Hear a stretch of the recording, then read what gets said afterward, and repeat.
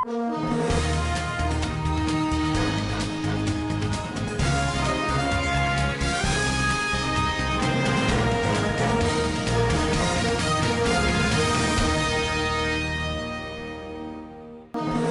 Muhammadu Buhari congratulates Adeleke and assures Nigerians of credible 2022 elections.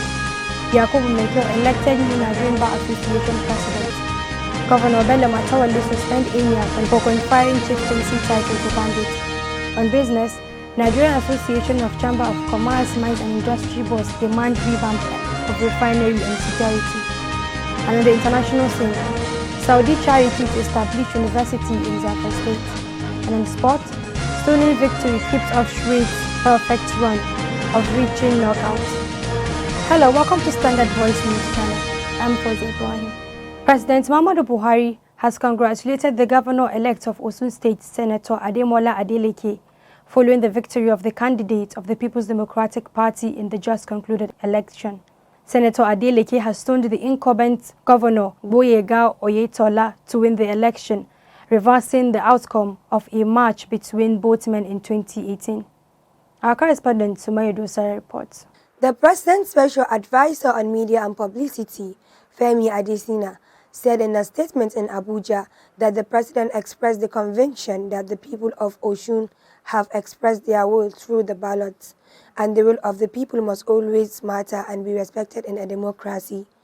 President Buhari noted that the successful conduct of the election is further testimony to the maturity and commitment of all stakeholders, the electoral body, security agencies, political parties, the media, civil society and the electorate to further strengthen the integrity of the electoral process in the country. The President reassures the nation that the commitment of this administration towards having credible elections remains unshaken. Sumaya Dosa reporting for Svtv News. A senior advocate of Nigeria, Yakubu Mekyo, has emerged as the 34th president of the Nigerian Bar Association. Mr. Mekyo was named the new NBA president following an election of the legal body, which was held virtually. The chairman of the electorate committee, who is also a son, Professor Adeyola Akintunde, made the declaration in Abuja while announcing the result of the poll. Following the declaration, Mr. Mekyo is expected to take over the leadership of the legal body from the outgoing NBA president, Olumide Akpata. Other national officers elected are Mrs. Linda Bala, first vice president, Mr. Clement Ugo, second vice president, and Mrs. Amanda Amechi Asagba, third vice president. 20 lawyers are equally elected as members of the NBA General Council to represent the Western, Eastern, and Zonal zones. Zafar State Governor Bello Muhammad Matawalle has approved the suspension of the newly created Birni Endoto Emirate for conferring chieftaincy title to a notorious bandit, Ado Aleru.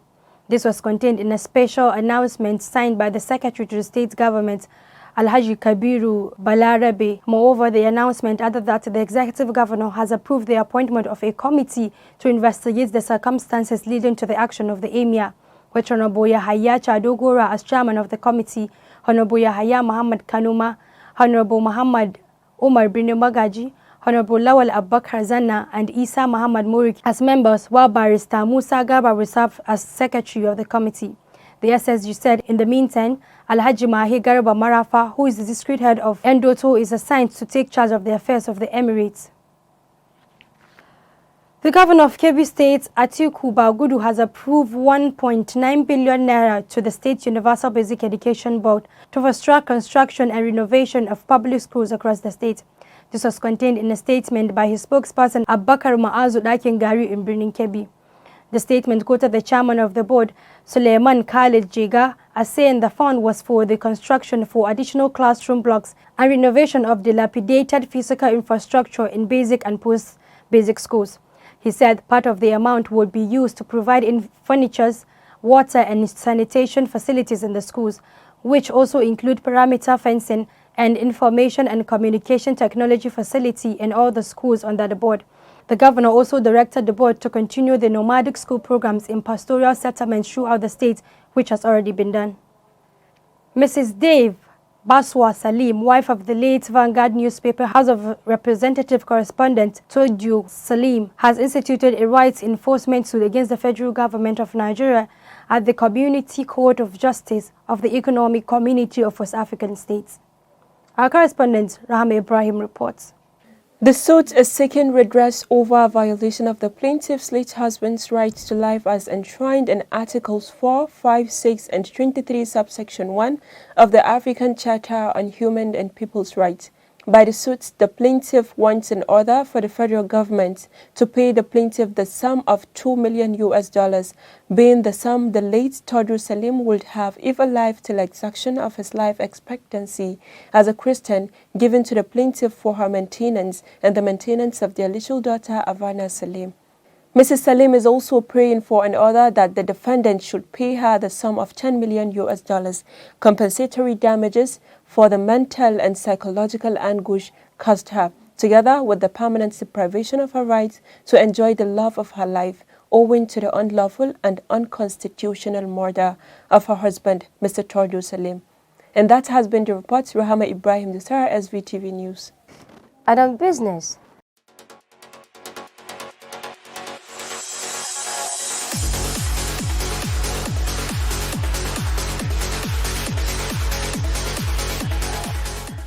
The National President of the Nigerian Association of Chamber of Commerce, Industry, Mines and Agriculture, Chief John Odiagbala, has impressed on the federal government the need to ensure speedy rehabilitation of the nation's refineries to end scarcity of petroleum products in the country.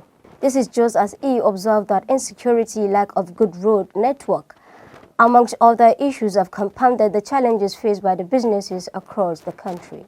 Chief John, who spoke to newsmen at the sideline of the grand opening at Right Choice Electronic Ultramodel showroom in Aba, Abia State, explained that local businesses are still suffering from poor infrastructure, which according to him is stifling businesses in Nigeria. He observed that the government does not have enough money to finance capital projects because of its commitment to petroleum subsidy payment to private petroleum importers. He said at the moment their budget for capital expenditure is nothing, adding that it is better they fix their refineries, otherwise they will continue to repeat these stories and they are tired of repeating it. Chief John added that it has been Naxima's stand that the federal government should remove subsidy on oil. I am Zainab Abdulwasiyu. Thanks for watching and do have a lovely day. And on the international scene.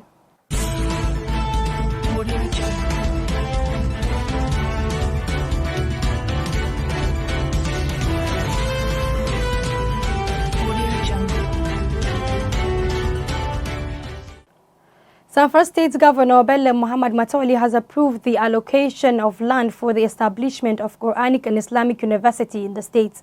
The university will be established by a Tarif Fil Islam charity organization based in Jeddah, Saudi Arabia. The governor made the announcement at a dinner in Jeddah, Saudi Arabia. The founder of the charity and Imam of Masjidur Rahman Jeddah, Professor Sheikh Khalid Al-Hamudi, said the university would advance access to education in the state and Nigeria. He said the organization has been working in collaboration with other sister organizations and government authorities to provide training institutions and other essential services across African countries. The Islamic scholar pledged to continue to pray for Zamfara and Nigeria for sustainable peace, religious and socio-economic prosperity. In his response, Governor Matawali thanked the organization for the gesture and pledged Zamfara State government commitment to the actualization of the university. And on sports,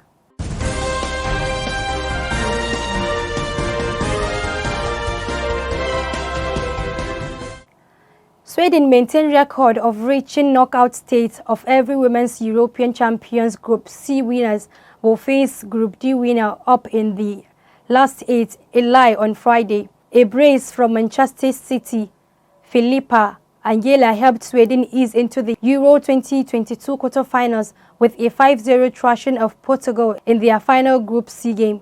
Victory at the Lille Sports Village coupled the Netherlands only beating Switzerland by a 3-goal margin means the number 2 team in the world have avoided France in the last 8 stage, an own goal by Carola Costa, Kasovari Aslani's penalty, and a late stoner by Stina Blackteno saw Sweden win in style on top of their group, but they must wait until Monday night to discover their knockout stage opponent with East Iceland. Belgium and Italy still able to qualify from Group D. The big news before kick-off was 230 cap veteran Caroline Seeger's fine run of 17 consecutive starts by Sweden in European Championships being ended due to a heels issue. Portugal also made changes, and boss Francisco Nato record expressed goalkeepers Patricia Morris, who was in the action immediately with a fine save, to Danny Johannes Riti Kanyad. That has been the news from Standard Voice Television. To end the news, a quick look at the major headlines. President Muhammadu Buhari congratulates Adeleke and assures Nigerians of credible 2023 elections. Yakubu Meko elected new Nigerian Bar Association president. Governor Bello Matawalle suspend EMIAC for conferring chieftaincy title to bandits. On business, Nigerian Association of Chamber of Commerce, Mines and Industry Boards demand revamp of refinery and security. And on the international scene, Saudi charity to establish university in Zafar State. And in sport, Stony Victory keeps up Shreve's perfect run of reaching knockouts. Last thing is, thanks for watching. I'm Ibrahim. You have a nice day.